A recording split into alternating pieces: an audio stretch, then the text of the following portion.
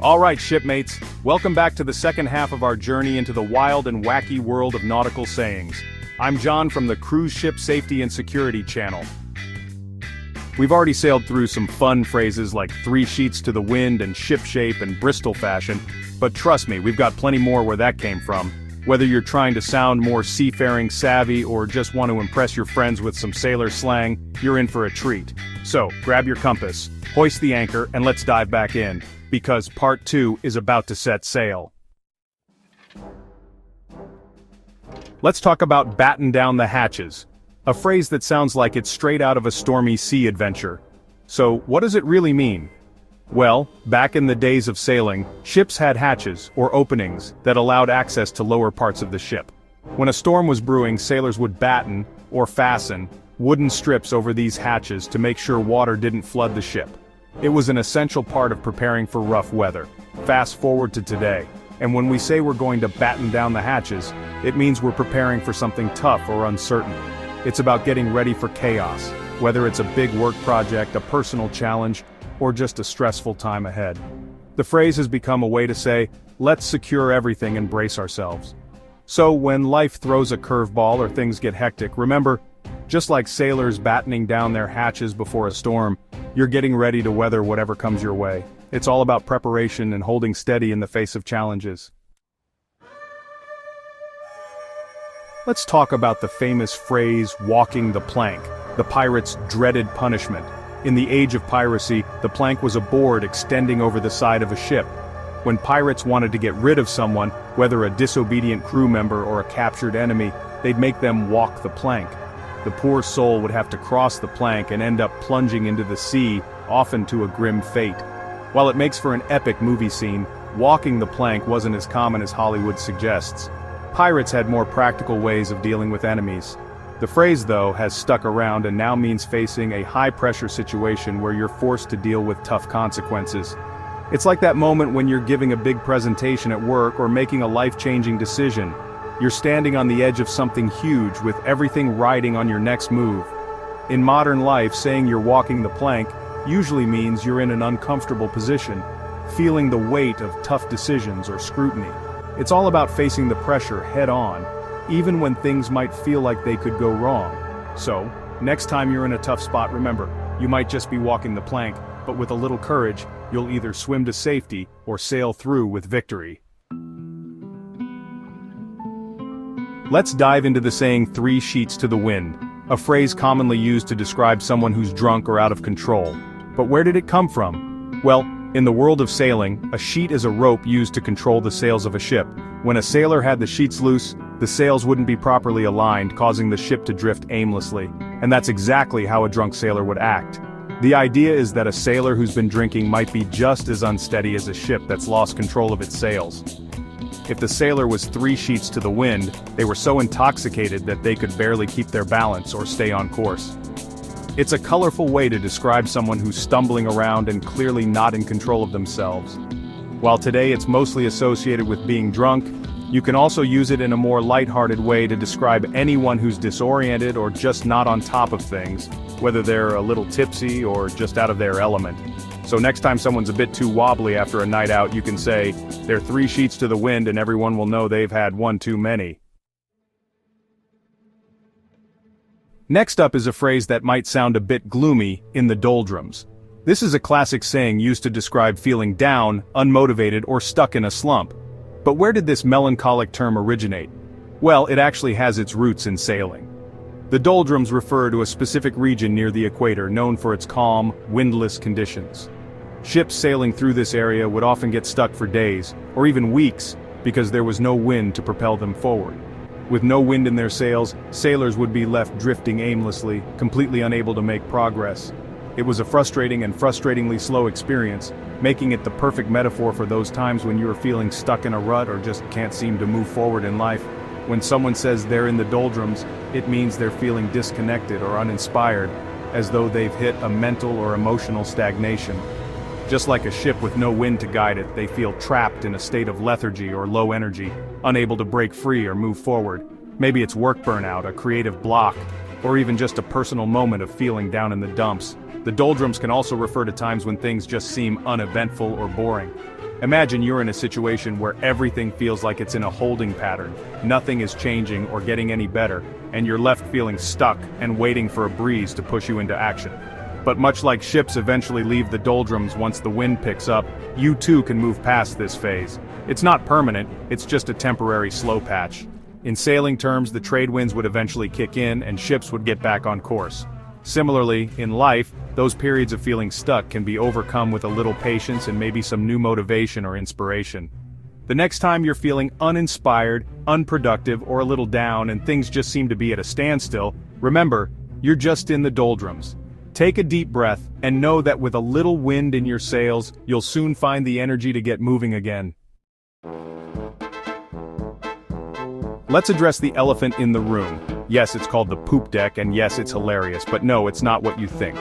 The poop deck is simply the raised platform at the back of the ship, the stern, named after the French word la poupe, meaning stern or rear. Technically, it just means the back deck, but the name is still funny. Now, if you were a sailor standing on the poop deck during rough seas, you were in for a real challenge. With the waves crashing at the back of the ship, you could be drenched by a massive wave, which is what I call a poop deck emergency. Not exactly the best place to stand when nature decides to unleash its fury. So while it sounds funny, the poop deck wasn't always a pleasant spot, unless of course, you like being wet and wild. It was a tough job, but hey, it came with some great views of the chaos at sea. You better brace yourself for those waves, because when the storm hits, you'll never forget the poop deck experience. Alright, let's talk about gossip, but not the Twitter kind or the I know everything, Karen from HR kind. We're going way back to the high seas for scuttlebutt. Before smartphones and office rumors, sailors had their own gossip network, and it all revolved around wooden water barrels called butts. When you punctured one of these barrels, it was called scuttling the butt. And trust me, you didn't want to be the one doing that because it meant losing valuable water. But here's the catch. When sailors weren't swabbing decks or avoiding scurvy, they'd gather around these scuttled barrels, sip water, and gossip. It became the place to share stories, secrets, and rumors about everything happening on the ship. That's why scuttlebutt became sailor slang for juicy gossip. So the next time you're gossiping with friends over coffee or tea, you're not just spilling the tea, you're engaging in scuttlebutt, just like sailors did centuries ago. It's a timeless tradition of gossiping around the water barrel. Let's talk about one of the most fun pirate insults, scallywag. If you call someone a scallywag, you're basically calling them a rascal or a troublemaker, but with a bit of a wink. It's not as harsh as calling someone a dirty, rotten pirate, but it means they're a little mischievous. Where does this word come from? Back in the 17th century, scally was short for scallywag, a term for someone who was a bit disreputable, like a pirate. But instead of being a full-blown villain, a scallywag was more of a cheeky troublemaker. They might steal your sandwich or prank you in a harmless way, but they're not really bad people. So next time someone swipes your lunch or pulls a prank, just call them a scallywag. It's a fun, lighthearted way to say, "You little rascal." After all, pirates might have had a lot of trouble, but they still knew how to have some fun. Alright, let's get to one of the more serious-sounding sayings in the pirate world, bury the hatchet. But don't worry, I'm not talking about some wild pirate digging a hole to stash their weaponry or axes. It's not about literally burying weapons in the ground. No, bury the hatchet is actually a symbolic gesture. It's a way of saying, let's make peace. Here's the backstory. Pirates, like any group, had their feuds. You can imagine them getting into sword fights, yelling at each other, and throwing all sorts of violent temper tantrums. But every once in a while, the fighting had to stop. So, when two rival pirate crews wanted to call a truce and end their fighting, they would bury their hatchets or weapons to show they were laying down their arms and coming to the table for a peaceful resolution. It was a symbolic act. No weapons, no violence, just a fresh start. Alright, now it's time to talk about one of those classic phrases that makes you feel like you're sailing on calm seas. No worries at all. It's smooth sailing from here. Now, you might imagine yourself on a ship with the wind in your hair and the sun shining down. Sounds pretty great, right? Well, that's exactly what this saying is all about. Smooth sailing means that you've already gone through the rough waters, dealt with the tough storms, and now the path ahead is clear and easy. It's like when you finally made it through the worst part of your day, your week, or maybe even a big project at work. After facing challenges, suddenly, everything is calm, peaceful, and just plain easy. There's no more fighting the current, no more crashing waves, you're cruising. Picture this. You've been sailing through a storm, waves are crashing, the wind's howling, and you're wondering if your ship will even make it. But then, after what feels like an eternity, the storm passes. The sky clears, the water is calm, and you can see the horizon ahead with no more obstacles. That's when you say, "It's smooth sailing from here," because the hard part is over, and now you're just gliding towards your destination with little effort required. Now this doesn't mean things will be perfect from here on out. There's always the potential for a little bump in the waves. But when you say smooth sailing, you're declaring that the worst is behind you, and whatever comes next will be much easier to handle. You can just sit back, relax, and enjoy the peaceful ride without worrying about any more storms on the horizon. So the next time you're wrapping up a tough situation or tackling a project and things start to get easier, you can confidently say, "It's smooth sailing from here." You've survived the worst, and now it's time to enjoy the calm seas ahead. Alright, time to dive into another classic nautical saying, making waves. And no, we're not talking about having a good time on a jet ski or splashing around in the pool. This phrase is all about causing a stir, getting attention, or shaking things up in a big way. So, what does it really mean to make waves? Well, think of it like this. In the calm, peaceful sea, when a ship or boat moves through the water, it creates ripples, waves that spread out and affect everything around them. Now imagine you're not just sailing along, minding your own business, instead you're stirring things up, whether intentionally or not, and creating a whole lot of commotion. You're making those waves ripple out into the world and suddenly everyone's noticing you. Maybe you're being dramatic in a meeting, spilling the tea at work, or rocking the boat with an unexpected opinion. Whatever the reason, you're making waves. Making waves doesn't always have to be a bad thing either. Sure, it can mean you're causing trouble or creating a little disruption, like that person who always has to share the juiciest gossip or stir things up at family dinners. But sometimes making waves is actually a good thing. It could mean you're challenging the status quo, shaking things up in a way that brings attention to an important issue, or doing something so bold and out of the ordinary that people can't help but talk about it. You're not just floating along, you're leaving a mark. Take a moment to think about those people who command attention wherever they go. The ones who speak up when everyone else is quiet, who make big decisions that others might shy away from. Those people are making waves. They're causing a ripple effect, and suddenly, the sea of life is a little less still, and a lot more interesting because of them.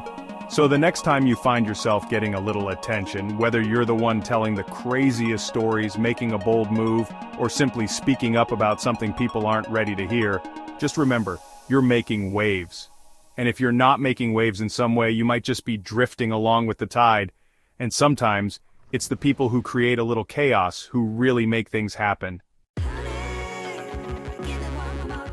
So, when someone says bury the hatchet, they mean it's time to settle your differences and call it quits on the fighting. Whether you're arguing with a friend, sibling, or, let's be real, your coworker over the last donut, sometimes you just need to put your weapons down, literally and figuratively, and say, let's be done with it. No more arguing, no more tension, just peace. And honestly, who doesn't love a good peaceful truce? So the next time you're in a heated debate about who ate the last slice of pizza or who forgot to take out the trash, you can just say, all right, let's bury the hatchet, and call it a day. No more fighting, just good vibes and maybe a shared pizza next time. And with that, we've hit the final wave of our adventure into nautical sayings, from all hands on deck to it's smooth sailing from here. We've seen how sailors have left us a treasure chest of phrases that still rock the boat today.